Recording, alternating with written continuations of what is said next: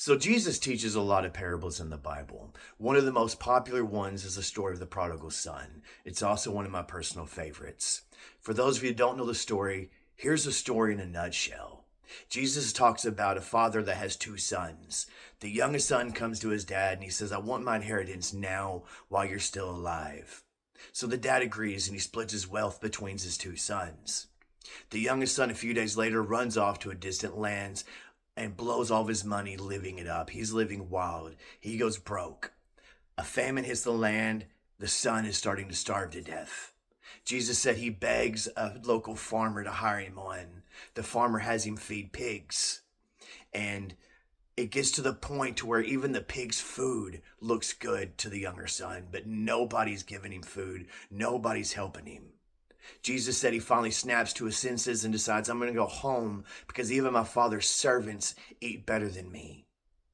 So he decides he's going to go home and beg his dad to hire him on as a servant. And this is my favorite part about this story. Jesus said that the father sees his son from a great distance away. And the father drops everything and runs to his son. And he doesn't just run to his son, but he grabs his son and he hugs him and he kisses him. And he throws a big feast for him. And he tells his older son, "My son that was dead is now alive. The son that was gone has come home." And here's the point behind this story. And it can be phrased a lot of different ways. I've heard sermons going several different ways with this. But again, in a nutshell, what Jesus is saying is it doesn't matter what you've done, how far you've strayed from God. It doesn't matter where you're at in your life, what problems you've got going on, what sins you are currently committing. It doesn't matter. At any given time, you can decide, you know what? I want to go home. I want to go back to my Father. I want to go back to God. And God will see you coming to him. And he will drop everything and Christ will run to you.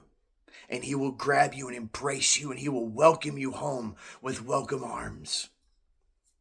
And there will be one of, if not the biggest party going on in heaven.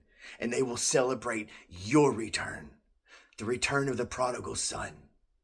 And all you have to do is decide to go home. Drop everything you're doing because it doesn't matter where you're at.